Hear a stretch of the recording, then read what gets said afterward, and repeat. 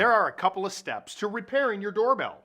Replacing your push button is easy, even for beginning DIYers, because the wiring is simple and low voltage. Replacing the chimes is a little more involved. Here's how to do it.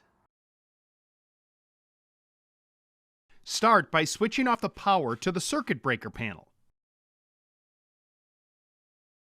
Unscrew the old faceplate of the push button. Pull it away from the door jamb so you can see the back. Using a meter that detects low voltage, check to make sure there's no live current. The voltage might be low, but you could still feel a small shock if you touch the wires. Secure the wires with electrical tape so they won't fall back into the wall when you take the button off. You should see two wires attached to small screws called terminals. Loosen the screws to remove the wire, or if you have enough slack, clip off the wires close to the terminals.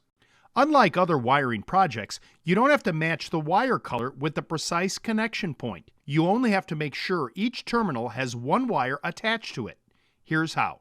Trim back damaged wire and strip off the coating so you have about a ½ inch of bare wire, undamaged at the tip. Bend the bare wire tip into a J shape. Hook it around the terminal screw so it curls towards the same direction as the screw when you're tightening it. Tighten the terminal screws enough to keep the wire secure, but not so tight that you crush or damage the wire. Wrap electrical tape around the terminals. It can help prevent wires from coming loose, and it adds insulation in case of an accidental short. Attach the faceplate of the new push button.